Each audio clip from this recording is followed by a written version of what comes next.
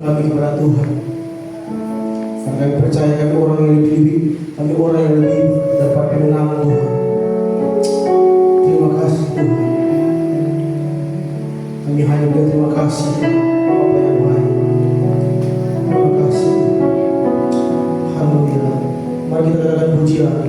Sungguh Kau tahu Tuhan.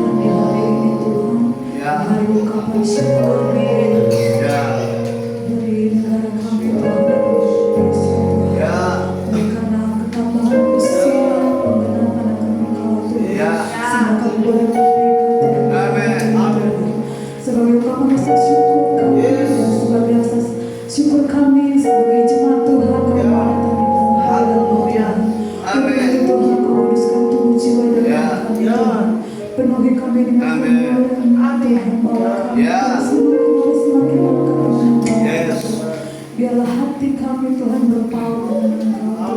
Kami menghormati Engkau, kehadiran Engkau di tempat ini, Roh Kudus. Engkau ambil alih tempat ini, biar di tempat ini Tuhan kami mendapatkan kekuatan yang baru Tuhan. Ketika kami lemah kami mendapatkan kekuatan. Ketika kami berbeban berat Engkau mengambil Tuhan. Ketika kami sakit Roh Kudus kami Tuhan. Kami percaya di tempat ini bukan cuma sebagai rutinitas kami untuk kami beribadah, tetapi karena kami mau mengasihi Engkau Tuhan. Kami mau datang di dalam hadirat-Mu Tuhan. Kami mau menyembah Dia Sang Raja di atas segala raja, Dia Tuhan pencipta semesta alam. Kami percaya Tuhan di tempat ini Tuhan. Kami merasakan hadirat-Mu Tuhan. Kami dibenarkan dengan firman Tuhan. Dan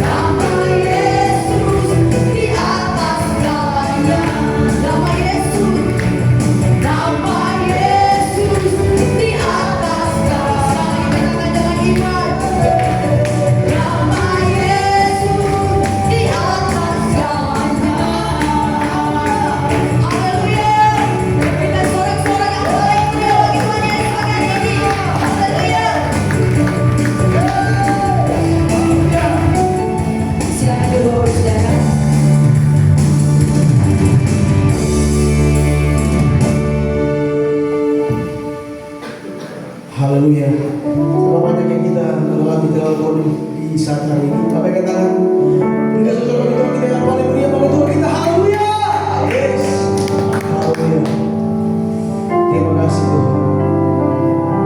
Bapak Ibu Saudara kita tetap tinggal pada Tuhan saat ini.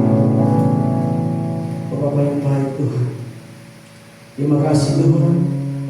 Kami sudah memuji muliakan nama Tuhan. Saat kami Tuhan, saat kami lewat kebenaran Tuhan, saat kami menyelesaikan percaya mau bebas dan mau menang. Ada orang-orang yang lebih daripada menang Tuhan. Terima kasih Tuhan. Terima kasih Tuhan.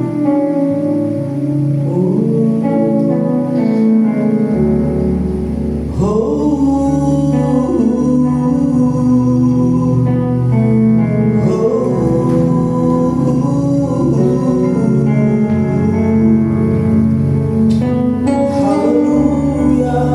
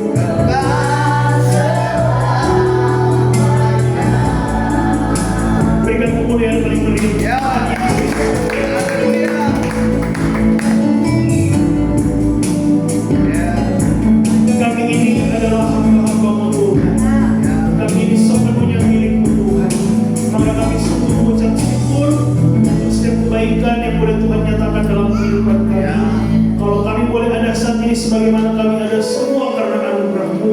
Kami ada di tempat ini bukan karena sekedar rutinitas, tapi kami ada di tempat ini dengan satu keyakinan bahwa tanpa Tuhan kami tidak bisa apa-apa. Terima kasih Kau hadir di tengah-tengah kami. Hadirat-Mu yang mengubahkan setiap kami. Hadirat-Mu memberikan kami ketenangan, memberikan kami kemerdekaan. Maka firman-Mu adalah kebenaran, dan kebenaran itulah yang akan memerdekakan kami.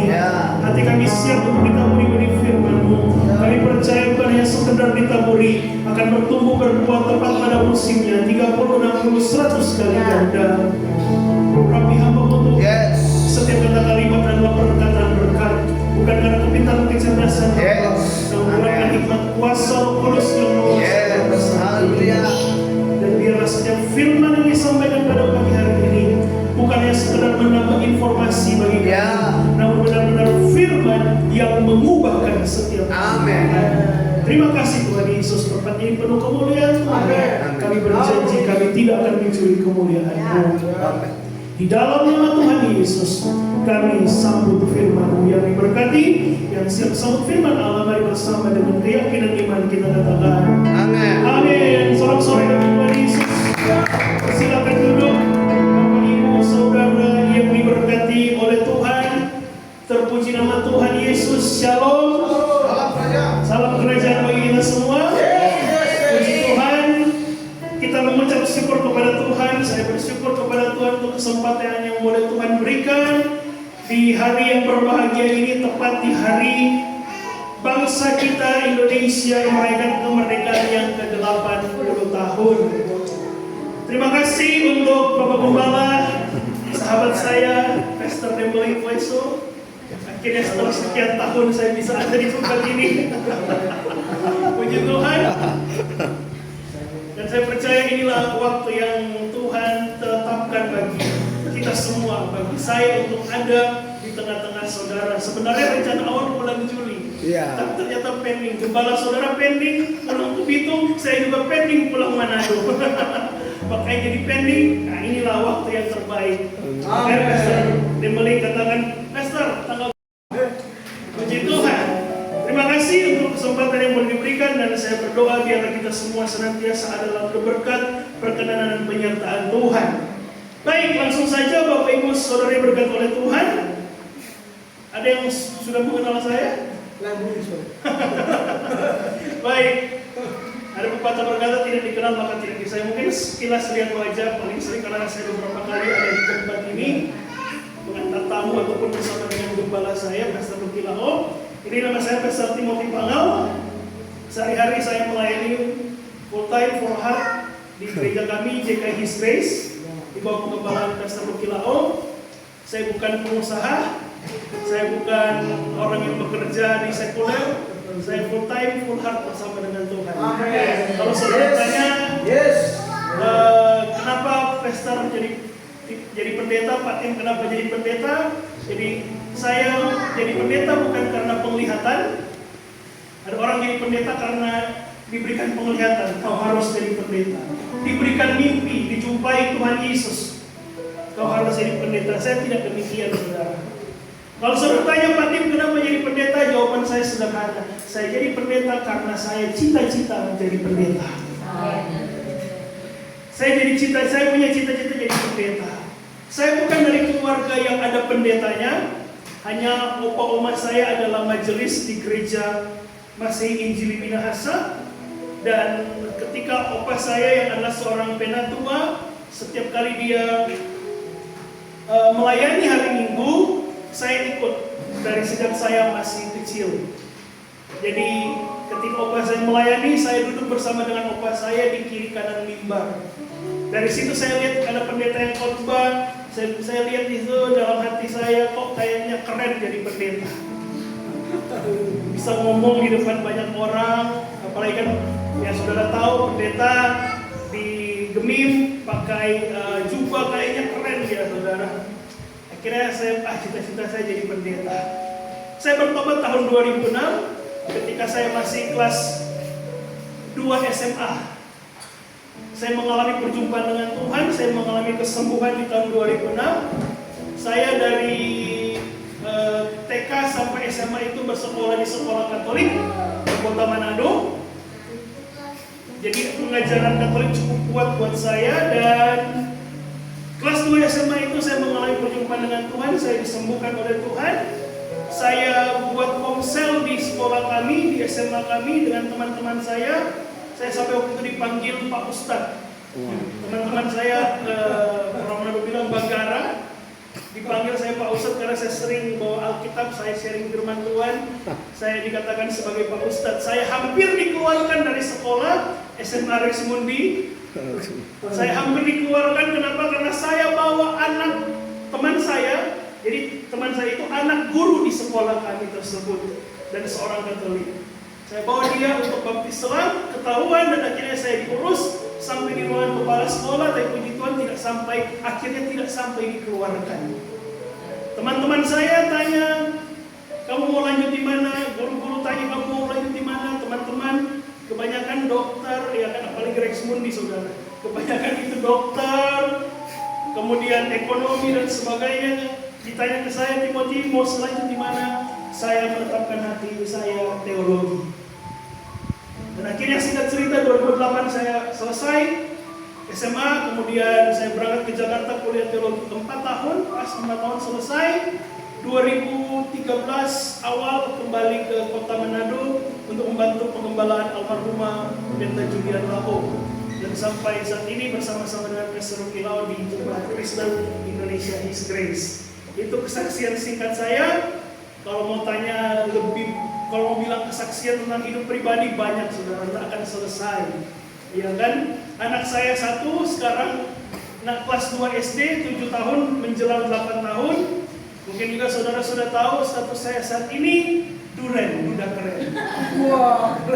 Istri saya meninggal 2018 bulan April ketika anak kami masih berusia 5 bulan. Dan sampai sekarang saya belum menikah lagi. Kapan pendeta? Tunggu tanggal lainnya. Puji Tuhan. Ya, kalau bicara kesaksian soal istri, almarhum istri panjang. Nanti kita tidak akan fokus dalam pemberitaan firman Tuhan. Jadi intinya itu kesaksian singkat saya. Dan saya berdoa kita semua yang diberkati hari ini. Amin. Amin. Puji Tuhan. Tema yang diberikan oleh Pak Gembala adalah menjadi anak Allah. Siapa di sini percaya bahwa dia adalah anak Allah? Cuma Pak Gembala. Siapa di sini percaya bahwa dia adalah anak Allah? Saudara, kalau saudara punya orang tua pejabat, bangga nggak saudara? Bangga. Kalau orang tuamu adalah seorang pejabat, pensiunan pejabat, apakah saudara bangga? Saya percaya saudara pasti bangga. Atau mungkin orang tua orang yang cukup dikenal di Kota Bitung karena keberhasilan, kesuksesan dalam usaha dan sebagainya. Pasti saudara bangga memiliki orang tua yang dikenal banyak orang, memiliki orang tua yang punya jabatan dan sebagainya. Apalagi ketika saudara diberikan predikat sebagai seorang anak Allah. Allah yang hidup, Allah yang berkuasa, Allah yang menciptakan langit dan bumi dan segala isinya. Allah yang rela jadi manusia lewat pribadi Yesus mengangkat saudara menjadi anaknya. Amin. Orang dunia saja bangga ketika menyebut dirinya anak pejabat, anak orang yang terkenal. Apalagi saudara diangkat statusnya menjadi anak raja di atas segala raja, Tuhan di atas segala Tuhan, Yesus Kristus. Pasti itu merupakan suatu kebanggaan buat setiap kita. Saudara tahu Billy Graham? Tahu Billy Graham? Seorang penginjil yang begitu luar biasa. Ia dikenal, banyak orang dikenal di seluruh dunia. Semua orang tahu siapa ini Billy Graham. Dia punya khotbah yang luar biasa, memenangkan banyak jiwa. Tapi tahukah saudara, dari kehidupannya kita belajar tentang kerendahan hati. Dalam satu kisahnya, dia berkata dalam bukunya, ada seorang wartawan bertanya kepadanya, Pastor Billy, Reverend Billy, bagaimana Anda merasa menjadi orang yang paling berpengaruh di dunia Kristen? Dia seorang penginjil yang mempengaruhi. Makanya seorang wartawan bertanya kepada dia, Pastor Billy, bagaimana perasaan Anda ketika menjadi orang yang paling berpengaruh di dunia kekristenan? Tahukah saudara jawabannya Billy Graham? Dia bilang begini, saya tidak melihat diri saya seperti itu. Saya hanyalah seorang anak Allah yang dipanggil untuk taat. Itu lebih dari cukup. Amin. Saya coba renungkan apa yang menjadi kesaksian dari Billy Graham ini, bahwa ketika kita diangkat menjadi anak Allah, itu cukup bagi kita. Ketenaran, kepopularitas, itu hanya bonus. Justru yang terpenting adalah saudara dan saya diangkat menjadi anak-anak Allah. Amin. Identitas terpenting bukanlah keberhasilan saudara, bukanlah kesuksesan saudara. Ya. Tapi yang paling penting adalah apa? Ketika kita diangkat sebagai anak Allah. Amin. Mari kita buka Yohanes pada pasal 1 ayat yang ke-12. Saya percaya saudara sering membaca ayat ini. Yohanes pada pasal yang pertama ayatnya yang ke-12. Injil Yohanes pada pasal pertama ayat yang ke-12. Mari baca bersama-sama. Yohanes 1 ayat 12. 1, 2, ya. Tetapi semua orang yang menerimanya diberinya kuasa supaya menjadi anak-anak Allah, yaitu mereka yang percaya dalam namanya. Sekali lagi, 1, 2, ya. Tetapi semua orang yang menerimanya diberinya kuasa supaya menjadi anak-anak Allah, yaitu mereka yang percaya dalam namanya. Amin. Siapa sih yang percaya Yesus? Alkitab mengatakan ketika kita percaya kepadanya, kita menerima Yesus sebagai Tuhan dan Juru Selamat, dikatakan kita diberi kuasa untuk menjadi anak-anak Allah. Amen. Jadi artinya status sebagai anak Allah terjadi bukan karena hasil usaha kita. Ya.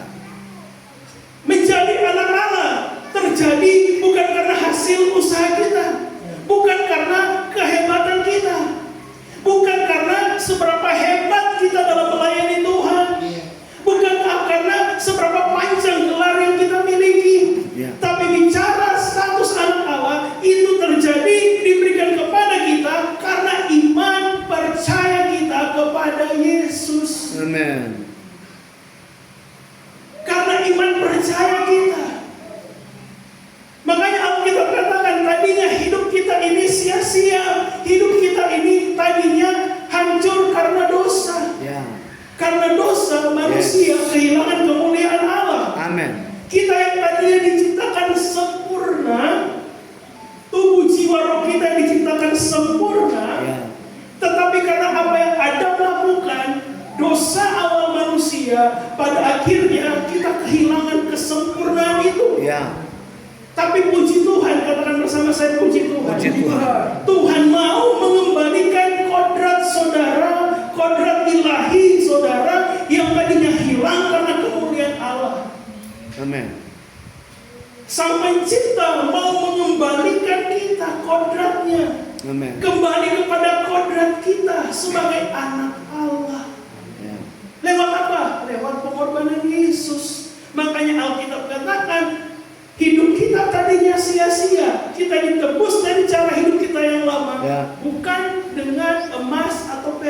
kita, tetapi dengan darah Yesus. Iman percaya kita itulah yang membuat status kita yang tadinya tidak layak, kita dilayakkan untuk menjadi anak Allah. Amin. Supaya saudara mengerti identitas saudara. Yes. Makanya kenapa kita harus menjadi anak Allah? Apa sih artinya kita menjadi anak Allah? Yang pertama, ketika kita menjadi anak Allah, kita punya identitas yang baru. Amin.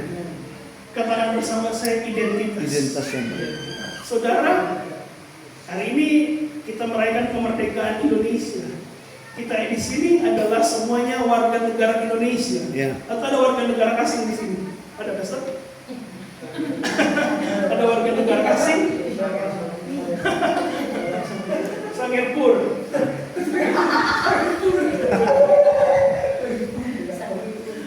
Saudara, waktu kami di Solo, Pastor, kemarin ada joke. Katanya orang Solo itu asli orang keturunan Manado. Kenapa? Karena Solo itu Sulawesi. Sulawesi. Sebagai anak Allah, saudara punya identitas yang baru. Tadi saya katakan, tadinya hidup kita sia-sia. Ya. Karena dosa, manusia hilang kemuliaan Allah. Ya. Kata sia-sia kalau dalam bahasa aslinya itu bisa diterjemahkan sebagai hidup yang tidak produktif. Hidup yang tidak menghasilkan. Ya. Saudara hidup tapi sia-sia, nggak bisa menghasilkan apa-apa. Ya. Karena apa? Karena dosa. Yes. Karena dosa yang mengikat kehidupan manusia, makanya manusia hidup dalam kesia-siaan. Amin. Tapi oleh darah Yesus, saudara dan saya ditebus. Amin. Sehingga saudara diberikan identitas yang baru. Amin. Karena ingat, Alkitab juga katakan, warga negara kita bukan warga negara dunia ini, Ya. tapi warga negara Kerajaan surga. Kita ada di negara ini, kita punya yang namanya identitas. Identitasnya apa? Kartu tanda penduduk. KTP. Yang punya NIK di dalamnya, nomor induk kependudukan. Ya. Itu merupakan bukti saudara warga negara Indonesia. Ketika saudara punya identitas ini, saudara berhak atas apa yang ada di negara ini. Saudara mau berobat, saudara punya NIK, maka saudara bisa punya BPJS, fasilitas-fasilitas yang diberikan negara kepada kita, saudara bisa pergunakan selama saudara ada NIK. Saudara punya identitas. Maka ketika kita bicara identitas kerajaan sorga, ketika saudara membawa identitas kerajaan sorga, maka setiap janji-janji Tuhan, fasilitas kerajaan sorga menjadi bagian saudara. Ya. Amin. Itulah keistimewaan menjadi anak Allah. Ya. Kenapa? Karena saudara punya identitas sebagai anak Allah. Apa yang tidak pernah saudara pikirkan, apa yang tidak pernah saudara lihat, apa yang tidak pernah didengar, apa yang tidak pernah timbul dalam hati saudara, itu yang Bapamu di sorga sediakan. Ya. Haleluya. Coba kita buka 1 Yohanes 3 ayat 1. Saudara harus mengerti bahwa sebagai anak Allah, kita bukan lagi hamba dosa. Ingat tadi saya sudah katakan, kita telah ditebus oleh darah Yesus. Kita bukan lagi hamba dosa, tetapi orang yang dikasihi dan diterima oleh Allah apa adanya. Ya. Apa adanya. Yes. Makanya kan sejauh langit dari barat, sejauh timur dari barat, engkau membuang dosa. Ya. Tidak lagi kau pandang hina. Ya. Saya nyanyi, suara saya tidak terlalu bagus. Saya tahu kelemahan saya. Dari Pak Wasit mantap. Suaranya tinggi, saya nggak mau. Identitas kita sebagai anak Allah, kita bukan lagi hamba dosa, orang yang dikasih dan diterima oleh Allah. 1 Yohanes 3 ayat 1. Lihatlah betapa besarnya kasih yang dikaruniakan Bapa kepada kita sehingga kita disebut. Bayangkan loh, karena karena dia ingin mengembalikan kodrat kita sebagai manusia yang diciptakan dengan sempurna, dia rela mengosongkan dirinya, mengambil rupa seorang hamba. Ya. Bukan karena dia tidak punya kerjaan di surga sana, tetapi karena dia mengasihi kita.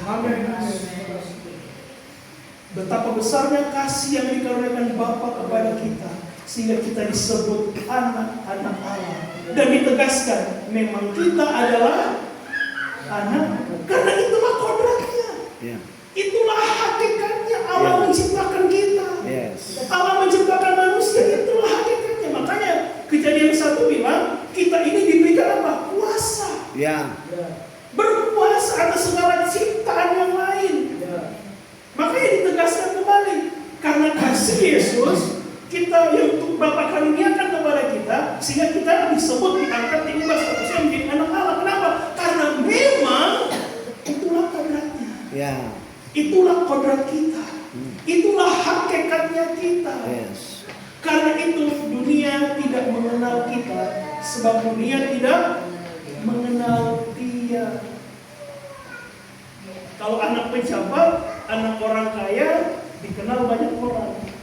Kita anak Allah sekalipun tidak ada orang yang kenal kita, tapi status kita punya Bapa yang luar biasa, yaitu Bapa di surga. Yes. Gak perlu dikenal banyak orang. Ya. Dan kepada kita sebagai orang-orang yang punya identitas yang baru sebagai anak Allah, seperti yang saya katakan, Tuhan memberikan apa yang tidak pernah kita pikirkan, yang tidak pernah kita dengar, yang tidak pernah kita lihat. Itu yang Tuhan siapkan bagi setiap orang-orang yang diangkatnya sebagai anak Allah. Amin. Saudara. Jadi saya, Bapak Ibu Saudara, 2 bulan saya meninggalkan Kota Manado. Tadi bilang Pastor Dem, 2 bulan Pastor. Oh ya. Kalau saya nggak ingat ada jadwal di sini, saya nggak akan pulang, saudara. Gembala kami sampai 2 kali ke Jakarta, saya nggak pulang-pulang. Jadi Bapak Ibu Saudara, karena anugerah Tuhan, saya sharing waktu itu sama Pastor Dem. Saya nggak ada rencana untuk, sebenarnya di awal tahun itu saya nggak punya rencana sama sekali untuk keluar kota. Untuk keluar kota. Kenapa? Di pikiran saya, ketika bulan awal tahun ini, apalagi ketika masuk bulan Februari, di pikiran saya bahwa bulan Mei, Juni, Juli itu adalah waktu saya untuk perawatan kesehatan saya. Kenapa? Karena bulan Maret, saya divonis dokter kanker tiroid. Saya divonis dokter 80% pendeta kanker tiroid berdasarkan hasil USG. Maka saya nggak punya rencana untuk keluar kota. Apalagi kan tiket kemarin itu mahal. Tiket Manado Jakarta itu sejak 2022 itu dia stuck di angka 2 jutaan. Nah ini tidak ada rencana sama sekali. Makanya saya terakhir berobat ini 2022 waktu sekretariat sinode. Saya juga nggak pernah lagi keluar kota. Nah, apalagi tahun ini. Maka di pikiran saya ketika bulan Maret itu, Mei, Juni, Juli itu adalah waktu saya untuk menjalani perawatan. Apakah saya harus kemoterapi? Bahkan di pikiran saya sebagai manusia, mungkin saya sudah nggak ada. Jadi saya divonis kanker tiroid pada bulan Maret 2025 yang kemarin. Saya punya benjolan di kiri saya, leher kiri saya itu sejak tahun 2018. Saya tidak pernah bilang siapa-siapa tentang benjolan ini. Sampai akhirnya dia makin hari makin membesar dan pada akhirnya saya putuskan untuk periksa. Dokter katakan saya harus dioperasi. Saya sepanjang hidup saya tidak pernah dioperasi. Masuk rumah sakit pun baru 1 kali tahun 2024, itu pun karena demam berdarah. Saudara. Jadi saya nggak punya pengalaman apa-apa berkaitan dengan meja operasi. Maka ketika dokter katakan saya kanker, kemudian dokter katakan saya harus dioperasi besar, maka di pikiran saya terintimidasi. saya penuh dengan ketakutan, penuh dengan overthinking. Kenapa saya overthinking? Sederhana, karena saya punya pengalaman merawat istri saya. Istri saya 5 kali dioperasi. Jadi saya tahu ketakutan bagaimana seseorang akan dioperasi. Apalagi istri saya dioperasi keempat hampir mati karena ventilator. Ketika dokter bilang saya harus bius total, maka di pikiran saya ventilator. Masuk itu alat bantu nafas. Saudara. Tapi puji Tuhan, pada akhirnya ketika saya dioperasi tanggal 2 April, Tuhan menghibur saya. Sekalipun saya overthinkingnya berlebihan, bahkan mungkin condong kepada panic attack, tapi ternyata Tuhan tetap menolong. Tuhan tetap menolong saya, Bapak Ibu Saudara. Saya hanya merasa di bis total hanya 5 menit, ternyata saya operasi 3 jam. Benjolannya 7,5 cm. Dokter bilang, Pak, kalau operasi leher biasanya itu hilang suara 2-3 bulan. Kalaupun tidak hilang suara, paling paruh. Tapi apa yang terjadi, Bapak Ibu Saudara? Saya tanggal 2 saya dioperasi, itu hari Rabu. Hari Kamis setelah operasi, dokter visit, dokter panggil saya, Pak Timothy, saya mengatakan siap dokter. Suara saya masih ada, puji Tuhan. Dokter bilang, berarti Tuhan masih kasih kesempatan Pak Timothy untuk melakukan. Tapi belum selesai di situ. Benjolan itu di patologi untuk membuktikan kebenaran kankernya. 16 April 2 minggu setelah operasi hasil patologi keluar. Hasilnya Bapak Ibu Saudara, tubuh saya benjolan tersebut bebas kanker dan tidak ada benjolan. Vonis dokter berdasarkan USG 80% saya meninggal. Tuhan izinkan saya mengalami operasi. Karena seringkali, apalagi orang Kristen karismatik, paling tidak suka dengan kata operasi. Bukan di sini. Orang Kristen karismatik kan begitu. Ketika mendengar kata operasi, beriman, tolak bisa operasi, tolak bisa operasi. Apakah saya kurang beriman? Saya beriman. Sejak saya tahu ada benjolan, setiap saat saya pandang kaca, saya berdoa dalam nama Yesus. Benjolan ini tidak berkuasa atas tubuh. Amin. Tapi apa yang terjadi? Bukannya hilang, makin membesar. Apakah Tuhan tidak menolong saya? Tuhan tetap menolong. Apakah saya tidak beriman? Saya sangat beriman. Kalaupun pada akhirnya saya harus dioperasi, Tuhan buka cara saya berpikir bahwa ketika di ruangan operasi tetap ada mujizat Tuhan. Yes. Dan tahukah saudara, dokter bilang ke saya ketika leher saya dibelah, dokter kaget. Dia bilang ke saya, Pak Pendeta, puji Tuhan orang langsung operasi. Kenapa dokter? Ternyata benjolan itu hampir sedikit lagi masuk ke jantung. Saya coba berpikir kalau seandainya saya tunda-tunda, mungkin bisa terus ke jantung. Dan mungkin yang tadinya memang bukan kanker bisa jadi kanker kalau saya menunda untuk dioperasi. Tapi puji Tuhan, saudara, saya akhirnya dioperasi, diangkat dan akhirnya bebas dari kanker. Dan saya bersyukur setiap proses yang boleh Tuhan izinkan terjadi. Apa yang menjadi rencana saya sebagai manusia untuk bulan Juni, Mei, Juni itu perawatan, ternyata Tuhan ubah menjadi berkat Tuhan. Yes. Saudara, menjadi berkat Tuhan. Karena anugerah Tuhan 4 Juni saya bisa ke Jakarta, saya nonton sepak bola Indonesia lawan China tanggal 5. Melayani di Jakarta, akhirnya ke Salatiga ketemu Pastor Premi. Saya rencana hanya 1 minggu di Salatiga ke Solo karena pelayanan di sana. Ternyata dari rencana hanya 1 minggu jadi 1 bulan di Solo. Haleluya. Ketemu dengan orang-orang baik yang memberkati. Makanya ketika saya renungkan, inilah berkat yang Tuhan berikan, fasilitas yang Tuhan berikan setelah saya mengalami begitu banyak proses. Ya. Saudara, begitu banyak proses yang saya alami, ternyata di momen itulah Tuhan mengizinkan saya menikmati fasilitas tersebut. Ya. Saya pagi ke Pastor Dem, saudara. Saya ajak beliau jalan-jalan sampai Ungaran pakai mobil Inggris. Wow. Saudara. Saya nggak kenal orang tersebut. Baru ketemu ketika di Solo. Tapi ternyata Tuhan bukakan jalan di sana. Ya. Tuhan bukakan jalan yang begitu luar biasa. Makanya sebagai anak Allah, pokoknya ada saja cara kerja Tuhan yang tidak pernah kita pikirkan. Yes. Yang akan mengejutkan kita, yang akan membuat surprise buat kita. Ya. Saya baru balik Jumat kemarin subuh. Saudara, boleh tanya adik saya yang di Jakarta.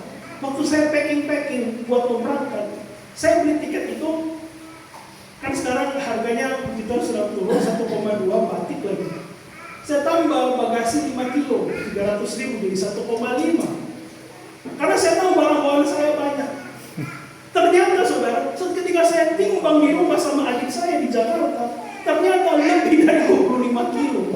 Kan bagasi 20, tambah 5 kilo jadi 25. Saya bingung, aduh bagaimana? Ya sudah saya pasrah, berarti nanti ketika di airport saya tambah lagi.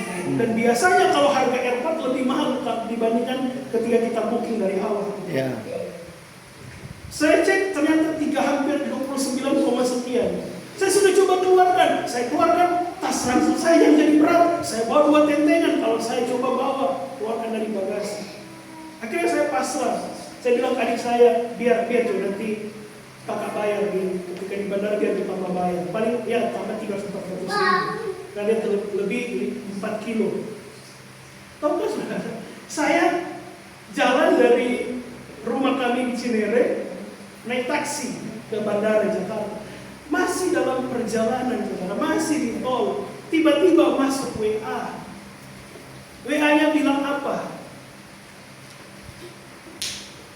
Kepada yang terhormat penumpang Mr. Timothy Pangau, tiket Anda di-upgrade menjadi kelas bisnis. Wow. Tahu Tuhan Yesus. Amin. Bisa dibaca WA-nya, saya kaget. Loh, artinya kalau kelas bisnis, bagasinya saudara dari ketambahan jadi 30 kilo. Ya. Akhirnya masalah selesai. Makanya ketika saya baca itu, saya langsung WA ke adik saya, dia ketawa, dia langsung bilang, itu cara kerja Tuhan. Amin. Makanya dalam perjalanan sampai ke bandara, saya pikir, wah memang Tuhan ini penuh dengan kejutan. Amin. Tuhan ini penuh dengan kejutan. Saudara.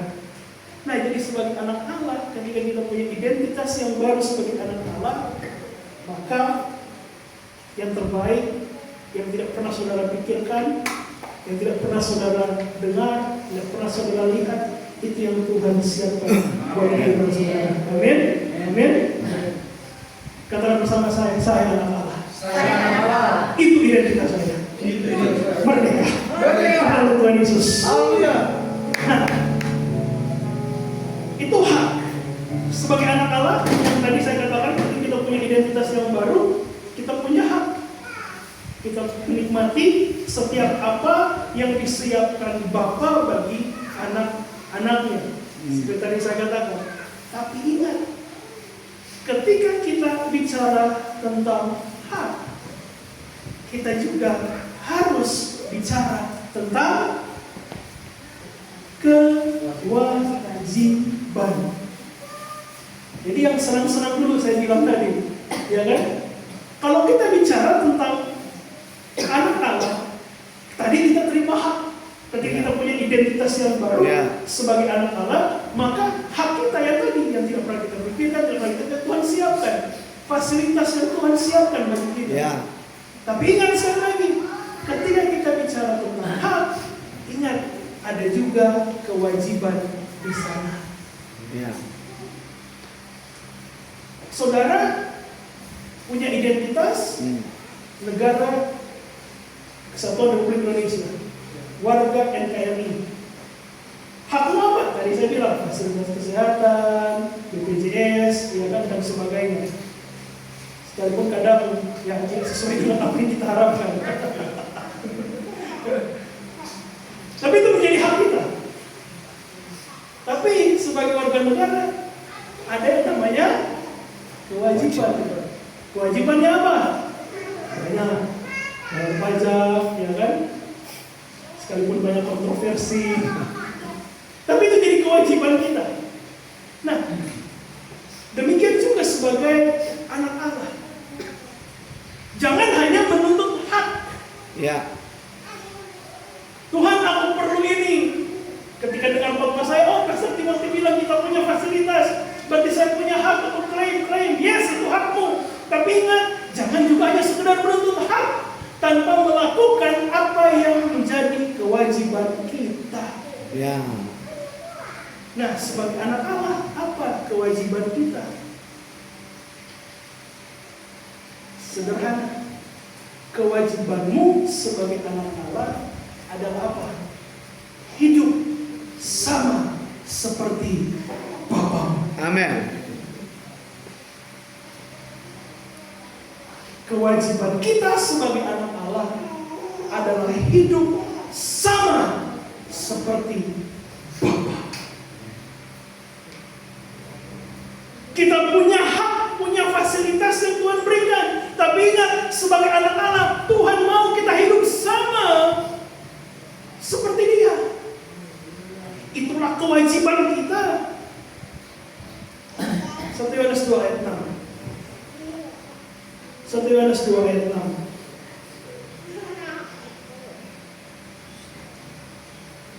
Satu Yohanes pasal 2 ayat 6. Dibaca sama-sama. 1, 2, ya.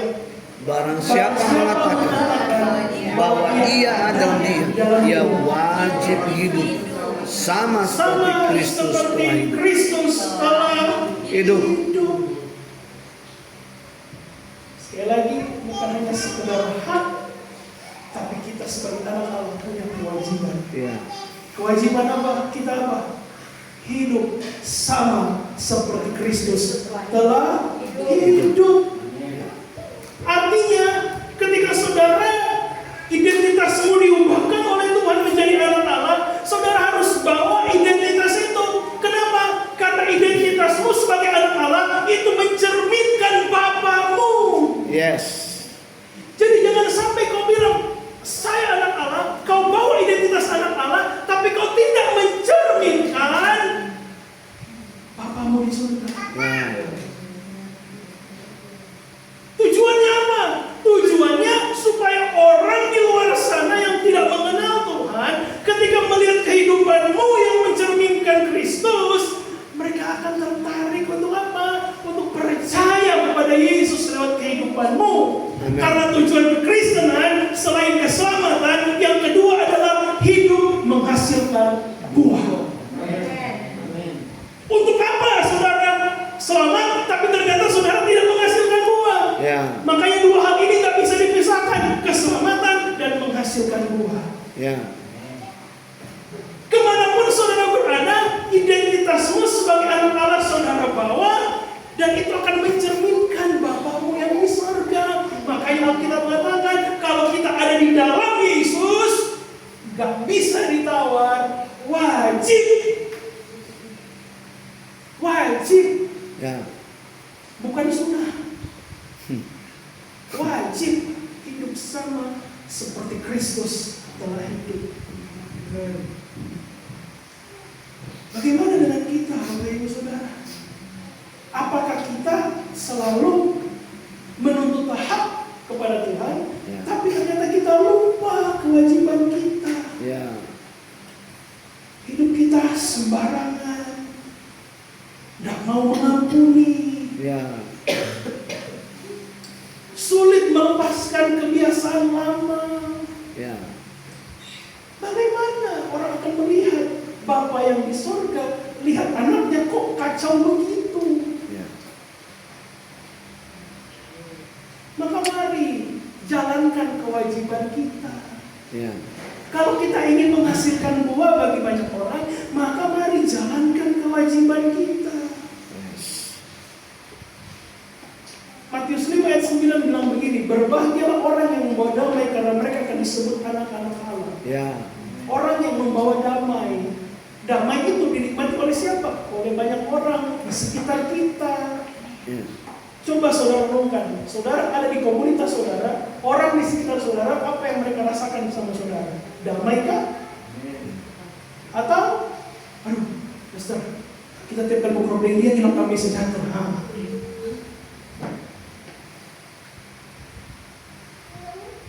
Ketika saudara hadir di tengah-tengah komunitas saudara, dimanapun saudara telah dipercayakan, apakah saudara membawa suasana surga di sana? Ya.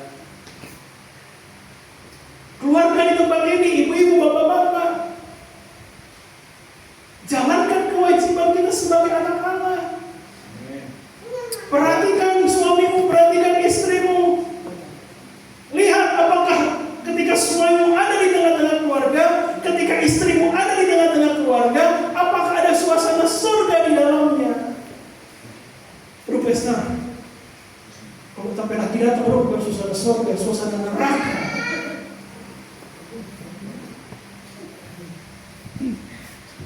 Berbahagialah orang yang membuat damai, karena mereka akan disebut sebagai anak-anak. Hiduplah sebagai seorang anak Allah. Ya. Untuk apa? Sederhana, untuk menjaga nama baik Bapa kita di surga. Saya tahu Mahatma Gandhi, kalau saudara pernah baca kisahnya tentang Mahatma Gandhi, dia tokoh berpengaruh, dia Hindu, tapi dia berpengaruh di dunia ini. Dia sebenarnya kalau saudara baca kisahnya, dia tertarik untuk percaya Yesus. Ya. Ketika dia datang ke gereja di negaranya, dia tertarik dengan Yesus. Dia baca tentang Yesus, tentang pelayanan Yesus. Dia tertarik. Tapi ketika dia datang ke gereja di negaranya, dia bilang, sejadinya seperti ini orang-orang yang percaya Yesus. Karena di India itu kan ada kasta-kastanya. Mahatma Gandhi ini yang adalah seorang yang ada di kasta rendah, dicampakkan oleh orang-orang gereja ketika itu. Apa kita mencerminkan anak Allah?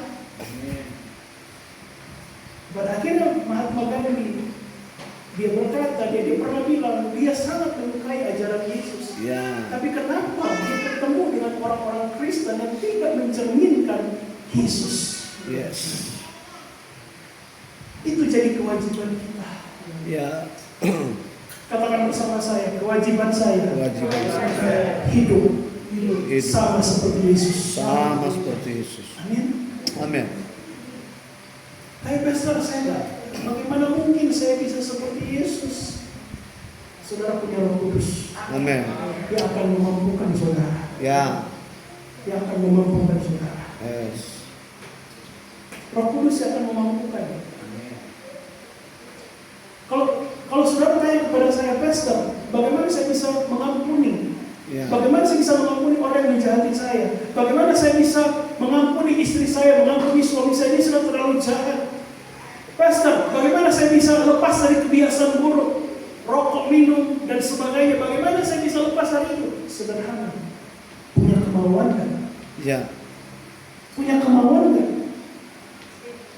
Saudara bisa mengampuni orang lain, bisa mengampuni suami, bisa mengampuni istri, bisa mengampuni orang tua, mengampuni anak-anak, bisa keluar dari ikatan dosa. Sederhana, saudara punya kemauan atau tidak? Ya.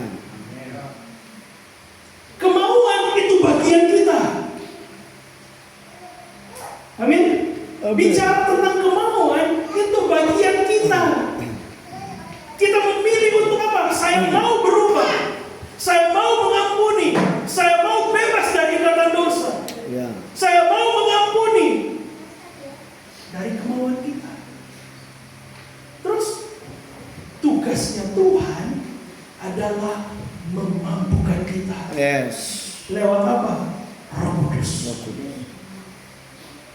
Jadi kalau saudara ingin bebas dari dosa, dari ikatan dosa, lepas dari ikatan dosa, mengampuni orang lain,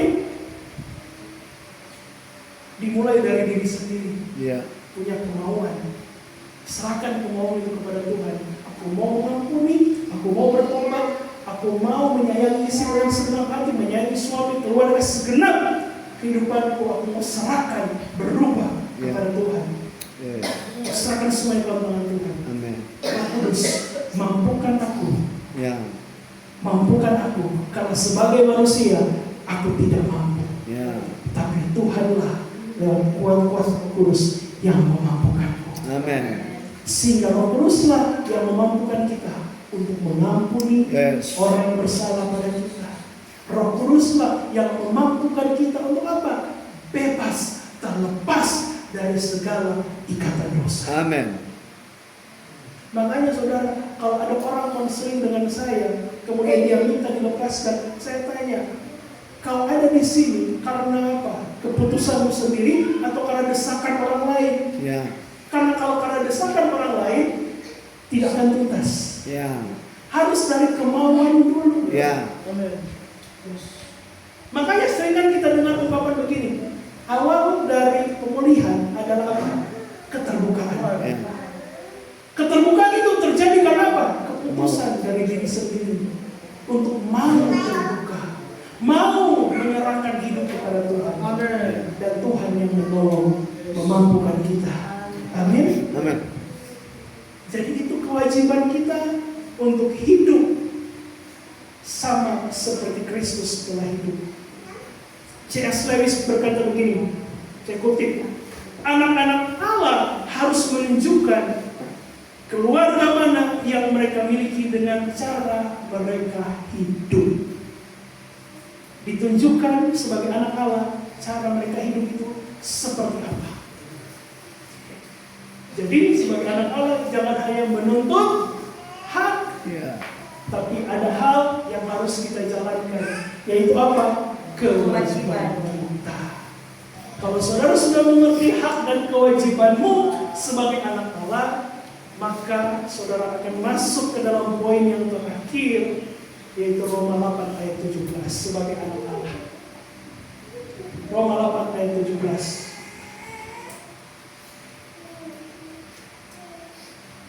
Roma 8 ayat 17. Kalau saudara sudah mengerti hakmu, mengerti kewajibanmu sebagai anak Allah, maka poin terakhir menjadi anak Allah adalah apa? Roma 8 ayat 17. Baca sama-sama. 1, 2 ya. Dan jika kita adalah anak, maka kita juga adalah ahli waris. Maksudnya orang-orang yang berhak menerima janji Allah yang akan menerima bersama-sama dengan Kristus. Kalau saudara sudah mengerti hakmu, kewajibanmu, maka saudara dilayakkan untuk apa? Punya warisan kekal. Amin. Saudara punya warisan kekal, punya pengharapan yang kekal, yaitu apa? Hidup bersama dengan Tuhan selama-lamanya. Amin. Amin. Warisan kekal yang akan kita turunkan kepada anak-anak kita, kepada keturunan kita. Ya. Kalau kita mengerti hak dan kewajiban kita, maka warisan yang kekal ini akan menjadi bagian kita dan menjadi bagian dari anak-anak dan keturunan kita. Yes. Yang kedua, jemaat Savior Ministry di tempat ini, hiduplah sebagai anak Allah Amin. yang mengerti hakmu dan mengerti kewajibanmu, sehingga kita dilayakkan untuk menerima warisan yang Yes. kekal bersama dengan Tuhan. Amin. Menjadi anak Allah adalah anugerah terbesar. Anugerah terbesar. Maka mari kita hidup identitas ini dengan penuh sukacita, bukan beban. Yes. Sukacita. Karena saudara tadinya tidak layak, tapi saudara dilayakkan. Makanya sukacita, jangan menjadi beban. Ya. Maka saya percaya kita akan sungguh-sungguh hidup sebagai anak Allah yang akan mencerminkan Bapa kita di surga. Amin. Kita bisa jadi berkat bagi orang lain, kita bisa menghasilkan buah bagi orang lain, Yes. dan melalui kehidupan kita banyak jiwa yang dimenangkan untuk hormat Ya. kemuliaan di nama Tuhan. Yes. Bersama kita semua, Tuhan Yesus memberkati. Amin. Mari datang kepada Tuhan anak-anak Allah. Bersyukur untuk firman Tuhan. Terima kasih. Ya. Terima kasih Tuhan. Jesus. Terima kasih untuk firman. Terima kasih untuk kebenaran-Mu Tuhan. Haleluya. Kami ini anak-anak-Mu. Nyatakan kemuliaan-Mu di tempat ini. Kami bersyukur Tuhan. Terima kasih Tuhan. Haleluya. Haleluya. Terima kasih. Kami bersyukur. Naikkan syukur-Mu pada Tuhan. Bersyukur Tuhan angkat Engkau menjadi anak-anak Allah. Dia tidak lihat lagi masa lalu, sebab kita diangkat menjadi anak-anak-Nya. Haleluya. Terima kasih Tuhan, terima kasih. Engkaulah Tuhan, Engkaulah Raja,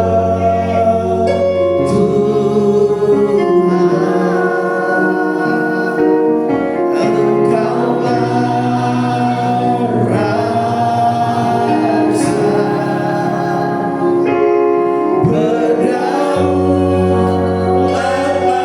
atas hidupku, ku berserah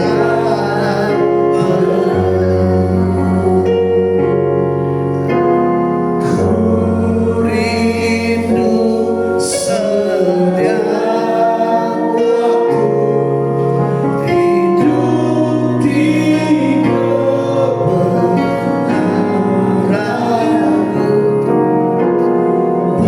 bukan dengan kuatku, namun karena Roh-Mu. Yesuslah yang ku pegang teguh. Bersama kita bangkit berdiri, katakan Yesuslah Tuhan, Yesuslah Raja, Yesuslah Raja, Yesuslah Raja. Kau yang berdaulat atas hidupku,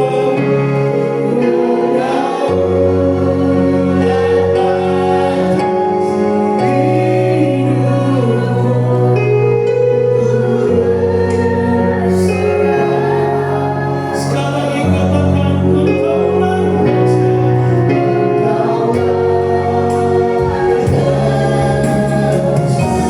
Katakan berdaulat atas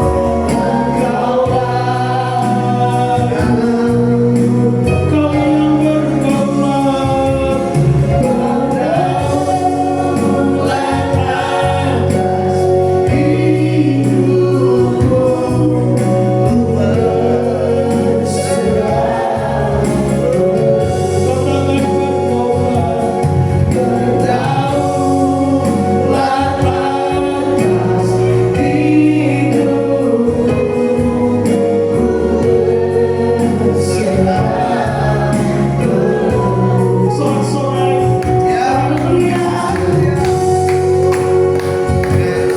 Kami bersyukur untuk firman Tuhan.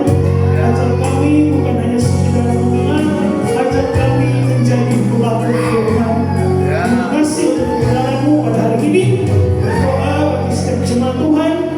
Kami percaya Tuhan, mereka ada sebentar, kalau akan pulang, mereka pulang tidak seperti waktu mereka datang. Yes. Mereka mengerti tentang kebenaran firman Amen. sebagai anak-anak Allah. Amen. Berdoa untuk gereja ini Tuhan, berkati kepala sidang, Pastor Emily Kueso bersama dengan istri, anak-anak, semua tim kerja yang ada, semuanya diberkati. Hamba ucapkan berkat atas gereja ini, kebenaran yang terjadi atas gereja ini. Dalam nama Yesus kami berdoa, kami bersyukur yang diberkati bersama dengan